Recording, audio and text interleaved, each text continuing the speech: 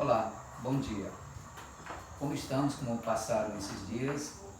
Espero que tudo dentro da normalidade, não é? Infelizmente, neste período de dificuldade, as nossas intenções é que tudo esteja sob o comando do nosso Pai Eterno, tá bom? Gente, nós vamos hoje tratar ainda de organelas celulares e vamos falar do núcleo e cromossomos.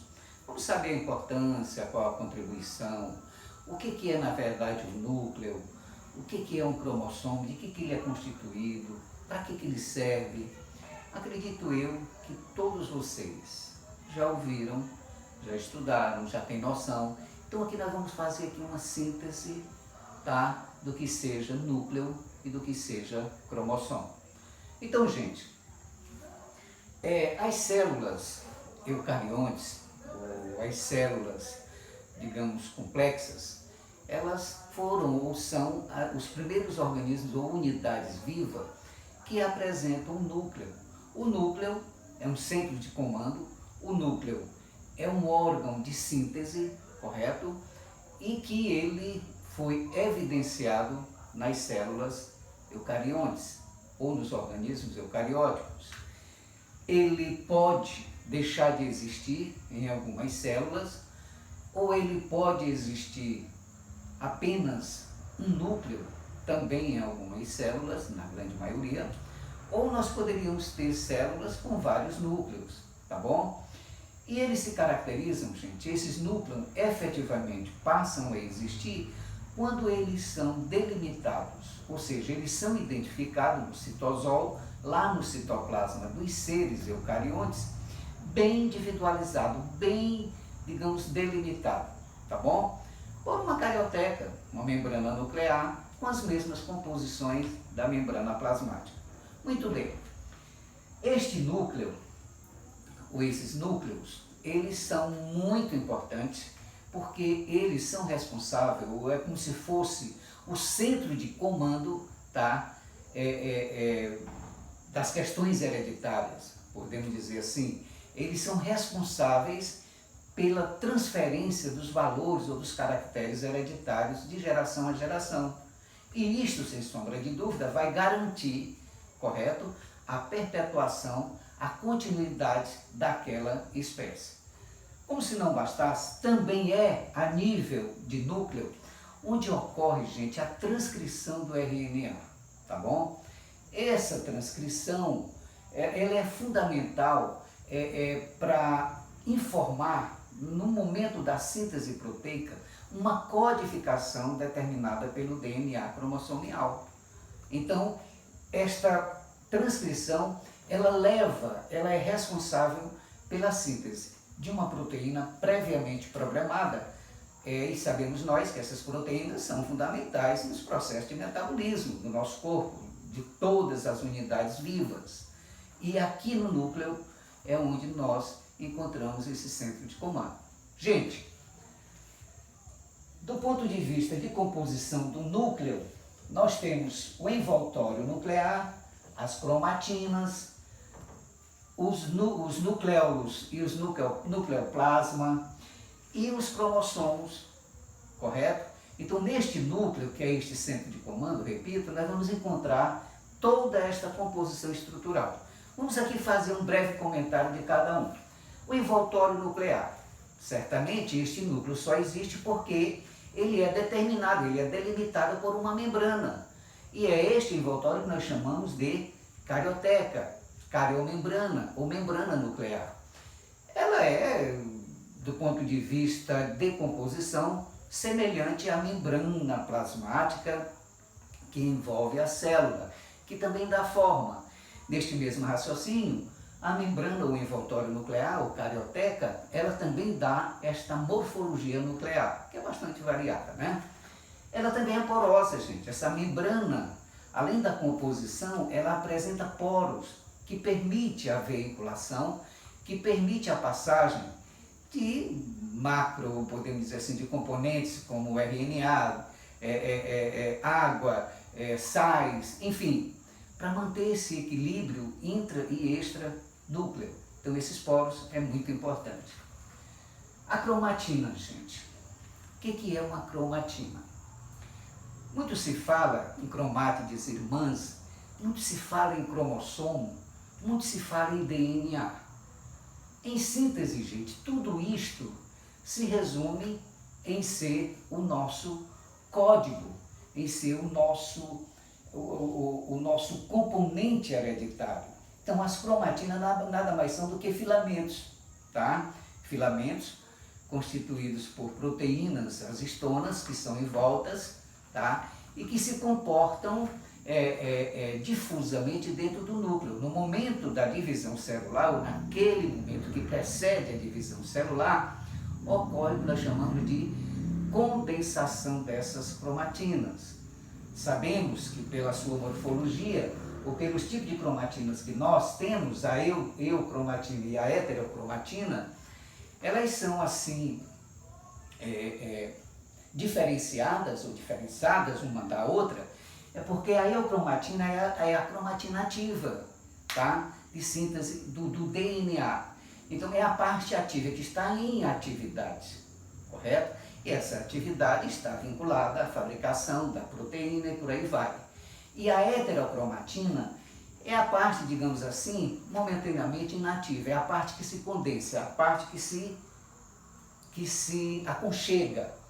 E esta alternância, ou esta sequência deste filamento de cromatina, no momento que a célula vai se dividir, lá na intérfase, aquela fase preparatória da divisão celular, é onde vai acontecer a forte condensação destas cromatinas, é onde vai acontecer a coesão, a adesão, o enrolamento, podemos dizer, deste fio longo de cromatina para a fabricação ou a constituição do tão famoso cromossomo.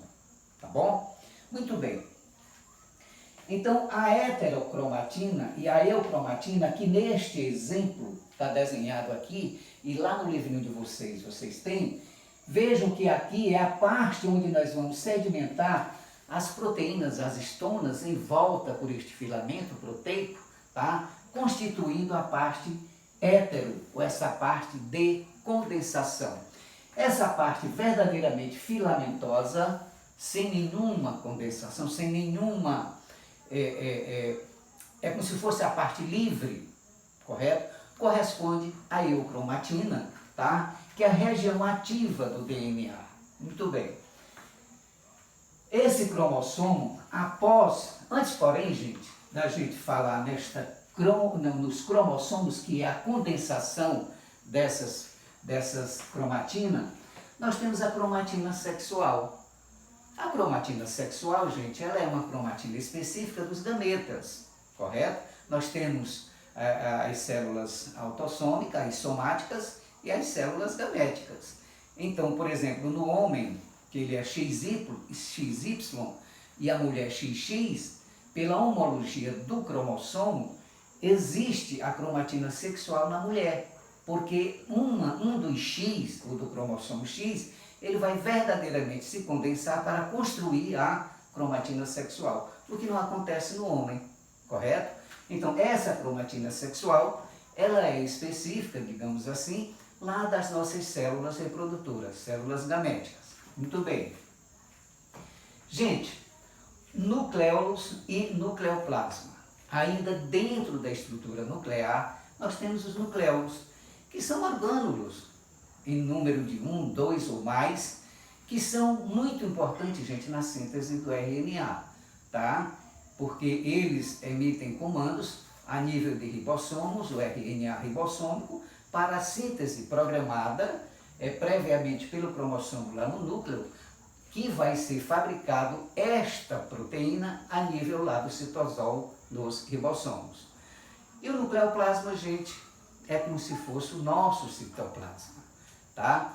É aquele componente dentro ou delimitado pela carioteca, onde nós vamos encontrar os orgânulos nucleares, como os nucleolos, vamos encontrar as cromatinas, os cromossomos. E de que é constituído este nucleoplasma? De água, de sais, componentes orgânicos, enfim, da mesma forma que é o citosol, ok? Gente, E os cromossomos? Vimos aqui que as cromatinas nada mais são do que um precursor cromossomial, correto? É um DNA, é um filamento, tá? De proteínas, de um DNA que vai se condensar, essa cromatina, repita, ela vai se condensar no momento da prévia divisão celular para a fabricação do dito cromossomo, tá? Quando esta condensação atinge um limiar de grande impacto de condensação, tá? Ela forma esses pares que se unem, constituindo o cromossomo que nós chamamos de cromátides irmãs.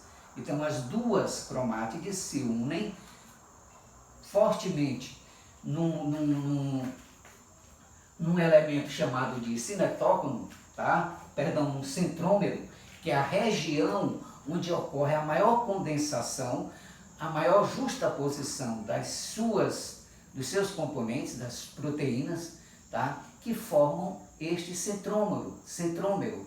É como se fosse um nó. Imagina uma corda, se você pegar e dar um nó e deixar essas duas pontas, funciona como sendo, tá, essa região central onde verdadeiramente acontece a maior condensação. E é neste ponto de união onde nós vamos encontrar as duas cromátides irmãs. Sabemos nós temos bem próximo, na região do centrômero, nós temos o cinetócono, que é aquele ponto onde partes os microtúbulos para formar o filamento, tá? Que vai fazer com que no momento da divisão celular essas cromátides se apartam e vão uma migrar para cada célula, havendo, portanto, a divisão cromossomial aqui no momento da divisão celular.